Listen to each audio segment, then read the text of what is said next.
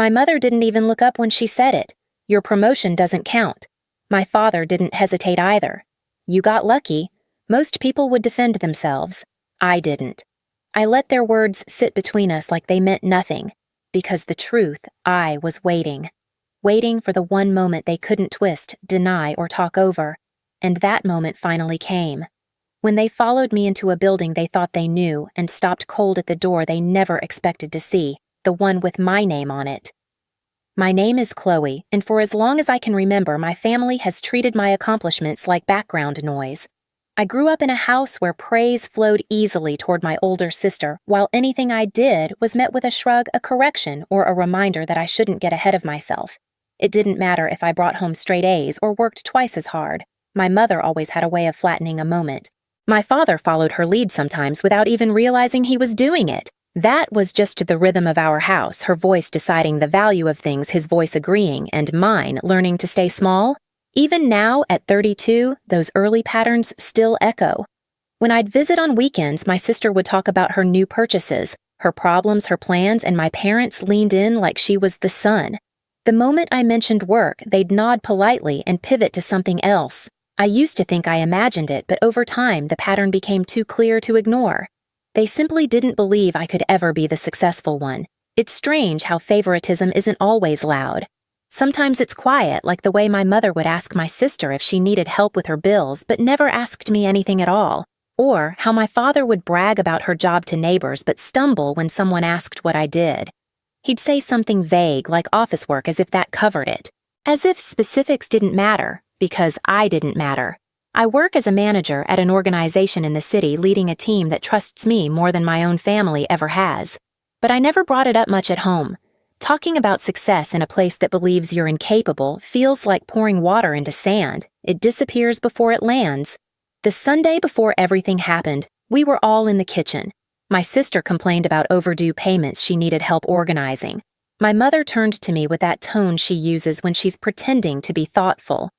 Maybe you can handle her paperwork, Chloe. You're not too busy, right? It wasn't a question. It was a certainty. In her mind, my work couldn't possibly matter. My father didn't look up from his coffee when he added, "She's got time. She always does." Maybe that was the moment something finally shifted inside me. I didn't argue. I didn't correct them. I simply nodded. And that quiet nod was the beginning of everything they never saw coming. I drove home that evening, replaying their voices in my head, each word hitting the same bruised place that had never fully healed. I had walked into that kitchen thinking maybe, just maybe, sharing my promotion would shift something. That after years of proving myself, they might finally see me differently. But when the moment came when I said I got promoted last week, it took my mother less than 3 seconds to cut it down. "Your promotion doesn't count," she said, wiping her hands as if she were brushing away crumbs. No curiosity, no congratulations, just a verdict. My father didn't even glance up. "You got lucky," he added, like he was commenting on the weather. My sister laughed softly, scrolling her phone. "Must be nice. Anyway, Chloe, when can you look at my bills? I need them sorted by Friday." The room kept moving, but I didn't. Something inside me tightened, not anger, not sadness, but a clarity I hadn't felt before. I realized, standing between the sink and the kitchen island, that nothing I ever said would matter to them. Words only gave them more opportunities to diminish me. So for the first time, I stopped giving them words. I just said, "I can look at your paperwork. Bring it to my office tomorrow." My mother raised an eyebrow. "Your office? Why there?" The disbelief in her voice wasn't subtle. "It'll be easier," I said. "More space." My father waved a hand. "Just print it at home or something. No need to act fancy." I didn't respond. That silence unsettled them more than any argument would have. On the drive back to my apartment, the city lights blurred against my windshield, and I thought about all the times I had tried to prove myself. All the achievements I tucked into conversations, hoping they would finally stick. All the quiet disappointments I swallowed when they didn't. And somewhere between stoplights, I understood something deeply. I wasn't the same girl who needed their approval. I had built a career, a life, and a confidence that didn't rely on their belief. They just didn't know it yet. When I walked into work the next morning, my team greeted me with the warmth I never received at home. Someone had left a small card on my desk. Congratulations, Chloe. You earned every bit of this. I traced the letters with my thumb, feeling something steady inside me. This place saw me. This place respected me. Around noon, my sister texted, "We're coming at 3. Don't be late. Mom wants to stop by, too." Of course she did. The moment she heard office, her curiosity kicked in, not pride, just suspicion. I imagined her whispering, "Let's see what Chloe really does all day." I didn't correct the assumption. I spent the rest of the afternoon preparing not paperwork, not explanations, but space. Space for the truth to stand on its own. I didn't need to rehearse anything. The reveal wasn't something I had to perform. It was already there waiting behind a glass door with my name on it. All I had to do was let them walk in. They arrived earlier than I expected. I saw them through the lobby glass while I was talking with one of our reception staff. My mother's posture was stiff, her lips pressed into a line as if the air inside the building were somehow beneath her. My father looked around the lobby with mild confusion, like he wasn't sure where to stand. My sister walked a few steps ahead, clutching a folder stuffed with bills and payment notices she expected me to sort through like a personal assistant. When they spotted me, my sister waved. My mother frowned slightly, taking in the clean marble floors and the steady stream of professionals moving around us. "This is where you work?" she asked. I nodded. "Follow me." I didn't explain further. I didn't justify. Silence had become my strategy, and I let it settle between us like a thin layer of frost. We walked toward the elevators. My sister leaned in. "So, what exactly do you do here?" Her tone held that familiar blend of curiosity and disbelief, the same tone she used when asking a child if they really tied their own shoes. "I manage a team," I said simply. My mother scoffed a soft breath through her nose. "Manage what papers?" I pressed the elevator button. Something like that. The elevator doors opened and they stepped inside, expecting me to hit a button somewhere near the middle floors where temporary staff or small departments usually sat. Instead, I pressed one of the highest floors. My mother's eyes flicked to my hand, then to the glowing number. "Why are we going up so high?" she asked. My father shifted beside her. "Isn't this the executive level?" I didn't answer. I let the silence stretch again, this time pulling the tension tighter. The elevator hummed upward. My sister let out a nervous chuckle. "You're not, giving us a tour, right? We just need help with the paperwork."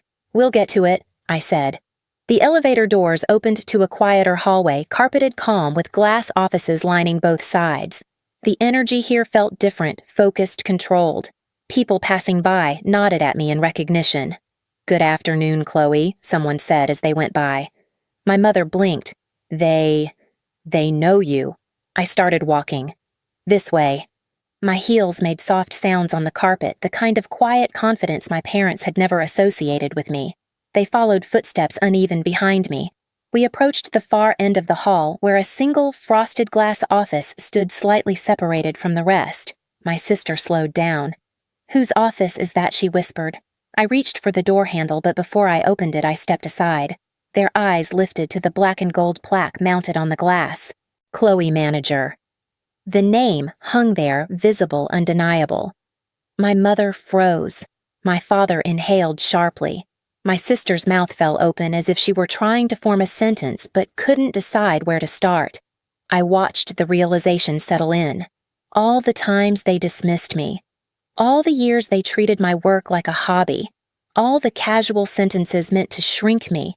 Every bit of it reflected in the way they stared at that door at my door.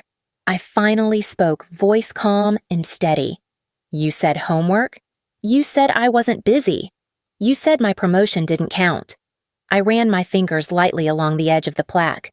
"But this is where I work. This is what you never wanted to see." No one spoke for several seconds. The moment had its own weight pressing down on the hallway. I pushed the door open. "Come in. Let's handle your paperwork." The moment they stepped inside my office, the air changed. It wasn't loud, but I felt it like the shift in a room right before a storm breaks. My mother walked in first, clutching her purse as if the leather itself could anchor her. My father followed, looking around slowly, absorbing every detail, the large window overlooking the city. The framed certificates on the wall, the clean desk arranged with purpose, the soft hum of my monitor, the quiet luxury they never imagined belonged to me. My sister lingered by the door, her eyes darting between the room and the hallway as if she needed proof this wasn't a shared workspace or some borrowed meeting room. She kept opening her mouth and closing it again like she was testing different ways to react, but none of them matched what she was seeing. I walked behind my desk and sat down the leather chair, adjusting slightly to my weight. It was a small, ordinary movement, but for them, it was a disruption of an entire lifetime of assumptions. My mother glanced at the chair, then at me, then at the plaque on the door again. Her confusion mixed with something sharper, something brittle pride that arrived too late, shame she wasn't ready to name, and disbelief she couldn't mask. My father cleared his throat. "So, this is really your office." "It is," I said. "And you're—" He gestured vaguely as if the title on the plaque had been a suggestion rather than a fact. "A manager." "I told you." "You didn't say this kind of manager," my sister muttered, finally stepping fully inside. Her fingers reached out and touched the corner of my desk as if she needed a physical confirmation. "You never asked," I replied. My mother's lips tightened. "Well, you didn't exactly explain it. You always keep things vague." Anyone would think I lifted a hand slightly the smallest interruption, but it stopped her. "I kept things vague," I said, "because when I tried to share details, you brushed them aside. All of you did." Silence dropped over the room. Even the hallway outside felt muted. My father shifted. "We just didn't want you to get too hopeful," I finished. "Ambitious proud." I shook my head. "You didn't want me to believe in myself." "Because you didn't believe in me." My mother bristled.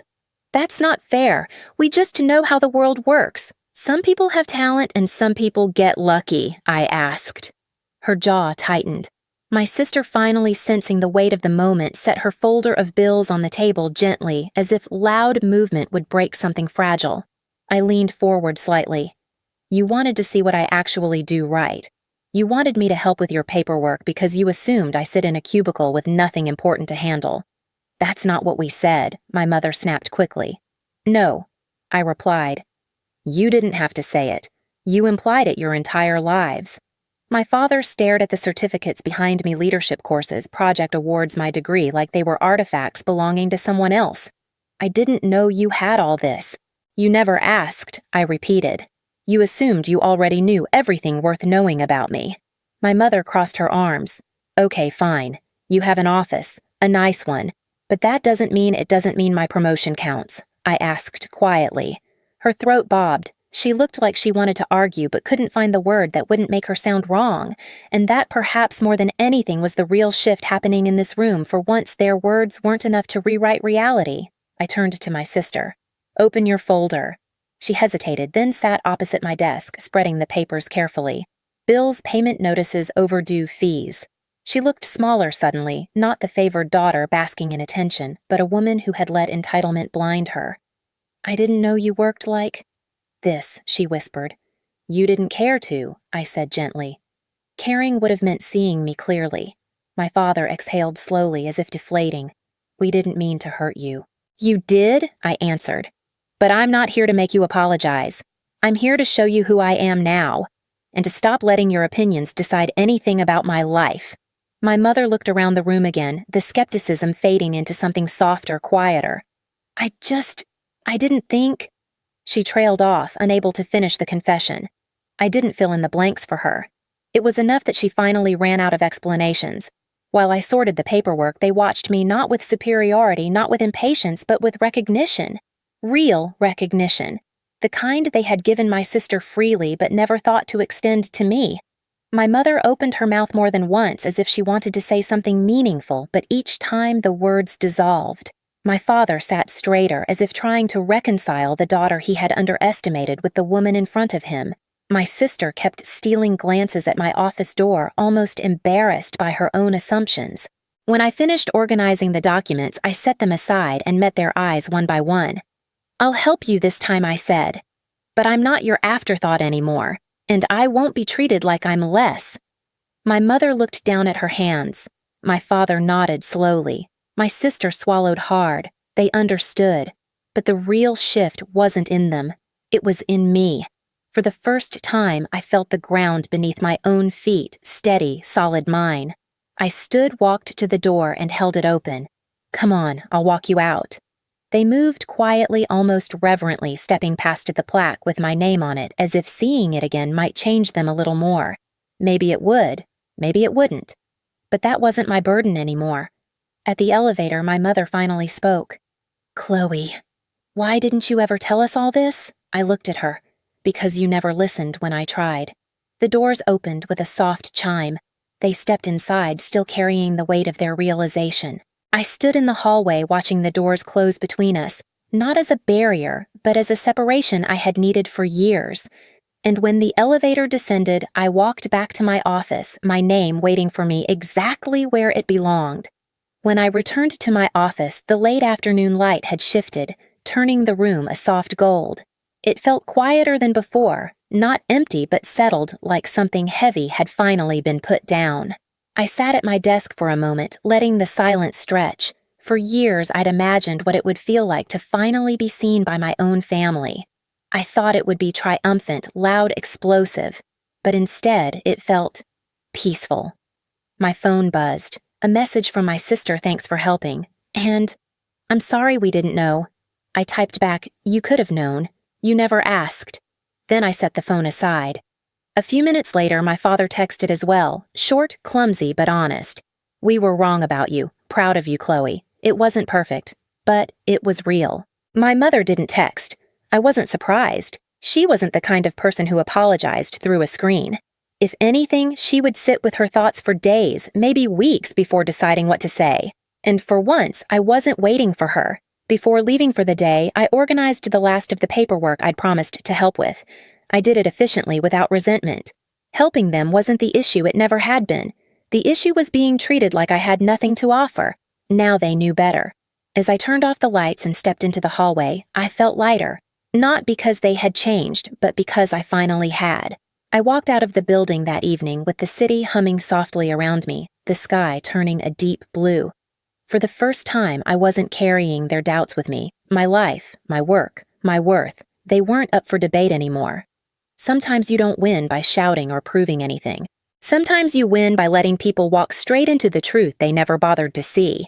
And if you've ever been underestimated by the people who should have known you best, you're not alone. Share your story below and don't forget to subscribe for the next one.